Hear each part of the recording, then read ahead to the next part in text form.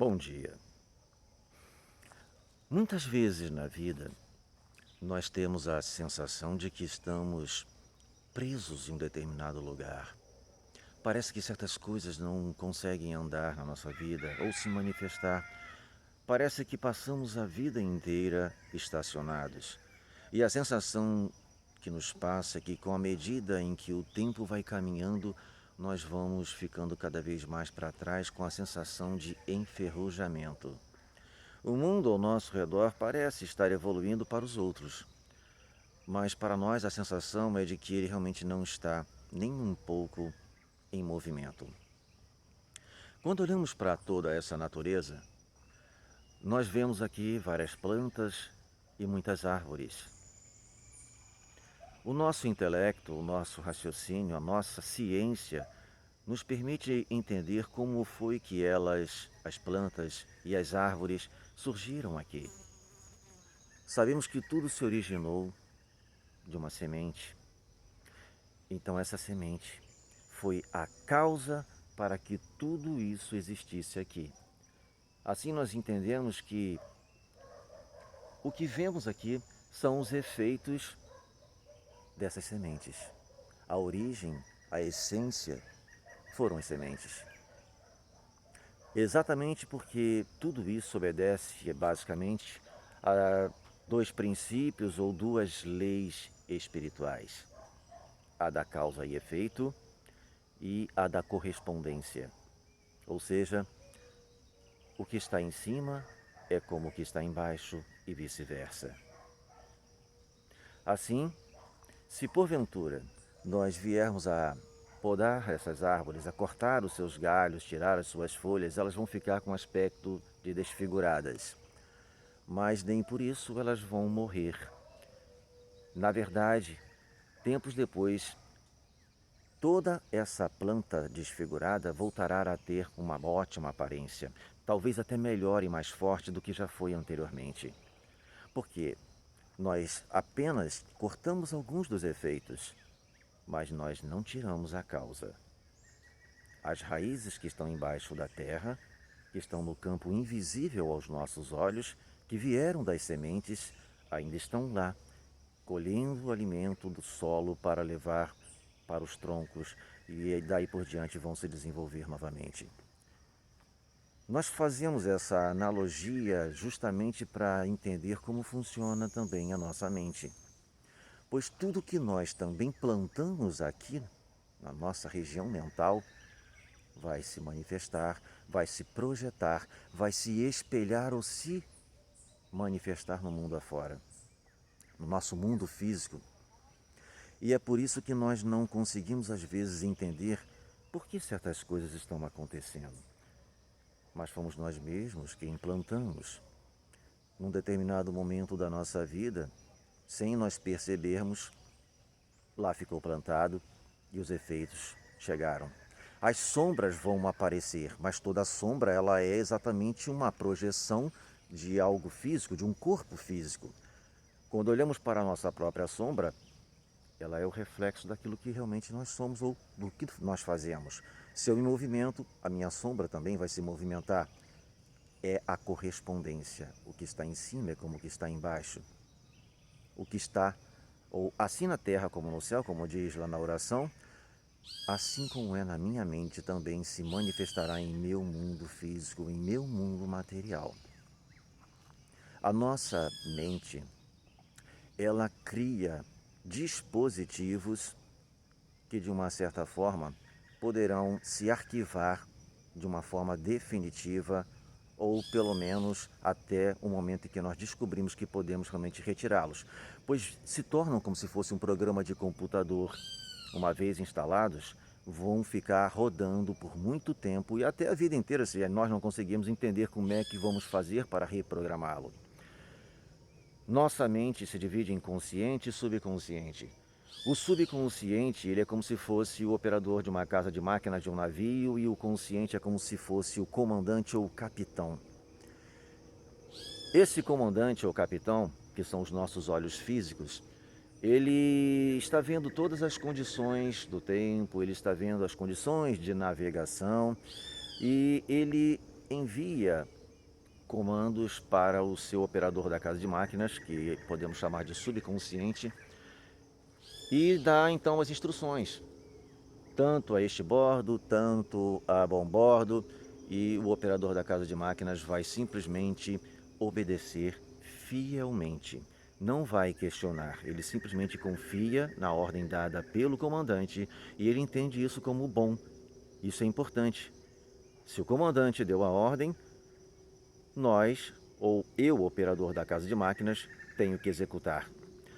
O subconsciente funciona exatamente assim, ele obedece fielmente ao que o nosso consciente ou os nossos olhos materiais plantam, digamos assim, ou ordenam, ou instruem.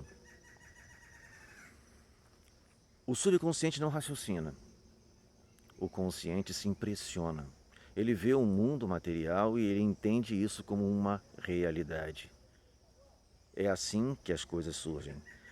As causas de muitos de nossos problemas e aflições, angústias e sofrimentos vêm exatamente porque nós nos deixamos impressionar pelo que nós vemos e que nem sempre é realmente verdadeiro. Aliás, nada nesse mundo é tão real assim. Mas o subconsciente não entende dessa forma. E é exatamente por isso que surgem as chamadas prisões mentais. Nós temos prisões mentais racionais e prisões mentais emocionais. As racionais são aquelas que se derivam dos pensamentos. As emocionais, como o próprio nome diz, vêm do campo das emoções. Assim, quando nós temos uma prisão mental racional, ela nem sempre é, digamos assim, tão grave, mas ela nos deixa condicionados ali dentro de uma caixa. Nós ficamos com um certo receio de sair dali porque acreditamos que aquilo é bom, aquilo faz bem, aquilo ali realmente é algo que alguém disse algum dia e eu acreditei e passei a levar como bandeira. Coisas do tipo, por exemplo, clichês ou pensamentos ou frases prontas, pau que nasce torto morre torto, mulher no trânsito perigo constante, homem é tudo igual e coisas desse tipo. Só que nós entramos numa sociedade com uma mente 0 km e vamos absorvendo todo esse tipo de crença, todo esse tipo de sistema de crença. E quando nós crescemos crendo que isso realmente é uma verdade, isso vira uma sentença para a nossa mente. E nós passamos a viver conforme essa sentença. Parece que se nós não obedecermos a essa norma, nós estamos descumprindo alguma coisa e poderemos ser punidos. E nós acabamos até cometendo coisas absurdas, até mesmo que venham a ferir ou magoar outras pessoas. Nós podemos cometer preconceitos, discriminações, poderíamos ser bairristas, clubistas, e dessa forma aí excluímos coisas importantes em nossa vida, pessoas importantes, pessoas que viriam ou poderiam contribuir com a nossa caminhada espiritual. Mas porque nós cremos que determinado tipo de situação ou certas coisas ou certas pessoas não têm nada para contribuir porque elas são ou têm preferências diferentes, nós as eliminamos ou as afastamos ou evitamos que elas realmente venham para o nosso mundo. Nós estamos num processo de evolução e nós temos que estar abertos a tudo. Outro tipo de prisão mental racional, nós podemos entender as crendices populares ou as superstições. Ah, gato preto dá azar. Passar por debaixo de escada, nem pensar. Pau que nasce torto, morre torto. Essas crendices também nos aprisionam, são crenças limitantes. E aí nós nos estacionamos e aquela sensação, sabe, de que nada está andando em nossa vida, é porque nós estamos segurando demais essas coisas. Como exemplo de prisão mental, emocional, nós podemos incluir os traumas, síndromes e até os apegos. Sim. E os apegos, eles podem passear tanto no mundo racional como no emocional. As prisões aí nesse campo são variadas. Os filhos dos apegos são muitos. Nós nos apegamos tanto a tantas coisas que às vezes fica realmente difícil você caminhar, porque o apego é uma bengala, é uma âncora. Ele te segura, ele te estaciona. Há muitas pessoas que são tão apegadas no campo emocional e o sofrimento daí é muito maior. Elas se apegam tanto à vida própria e à dos outros, a dos entes familiares. Quando estes se vão, quando estes fazem a sua passagem, essas pessoas não conseguem mais caminhar. De tão apegadas que ficaram àquele ser que se foi. E elas sofrem. Nós dizemos que uma dor sempre acaba acontecendo, a dor sempre é, digamos assim, até necessária, mas o sofrimento não, o sofrimento é opcional. Só que algumas pessoas, como estão tão apegadas, elas se prendem nessa emoção, elas se prendem nesse campo mental e passam a vida inteira sofrendo, até como se fossem pessoas arrastando correntes. Dói, sofrem muito. Por mais que outras pessoas digam, largue esse apego, largue esse sofrimento, elas não conseguem. Elas não sentem forças para fazer isso. Parece que elas estão, se fizerem isso, elas estão esquecendo aquele ser que se foi. Isso é apego. Quando nós buscamos o autoconhecimento, nós começamos um processo ou uma caminhada de libertação dessas prisões, porque o mundo espiritual já se torna algo de melhor entendimento do que esse mundo material que é só ilusório. Nossa passagem aqui na Terra é exatamente para isso, para nós entendermos que nós precisamos voltar para casa. Como é voltar para casa? Nós precisamos encontrar o nosso caminho da verdade. Mas que verdade? Olha, tem muita gente que tem verdade pronta. Muita gente que entende o seu próprio mundo como uma grande verdade. Mas é baseado em conceitos filosóficos, religiosos e por aí vai. Por aí vai. São muitas crenças limitantes. Mas todas essas são meias verdades. A verdade absoluta é a nossa volta para casa, é o caminho realmente espiritual, o caminho em que nós vamos nos relembrar da nossa essência. Então o autoconhecimento é altamente libertador. Mas enquanto não fazemos isso, vamos realmente nos mantendo enferrujados. Um exemplo eu dou de minha própria vida com relação à prisão mental, racional.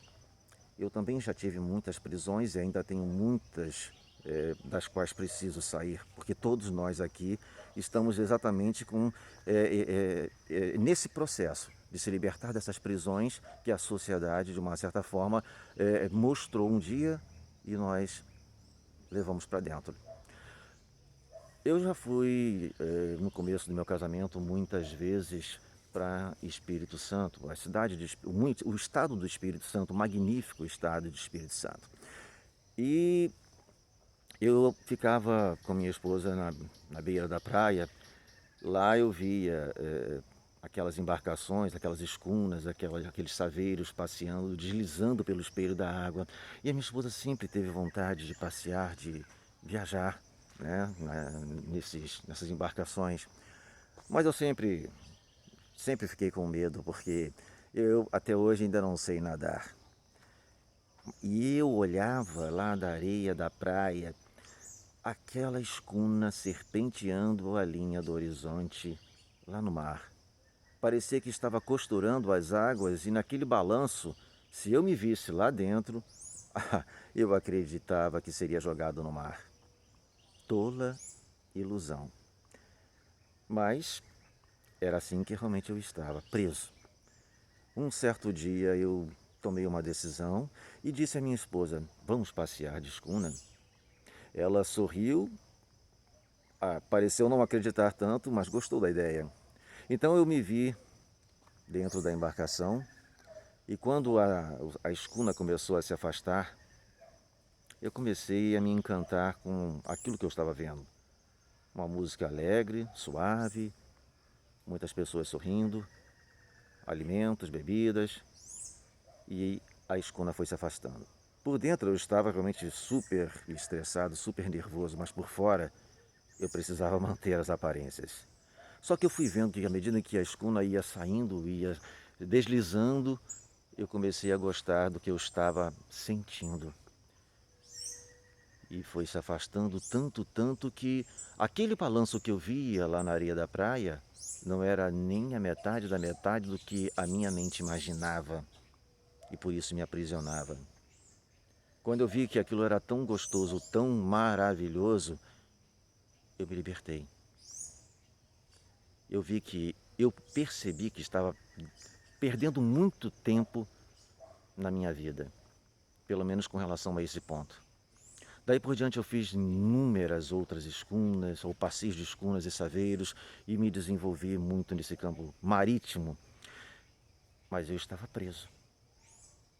Essa prisão acabou, em definitivo. Esse é um tipo de prisão mental racional de mais fácil resolução, mas temos aquelas prisões mentais emocionais. Ali nós nos prendemos de uma maneira muito mais intensa.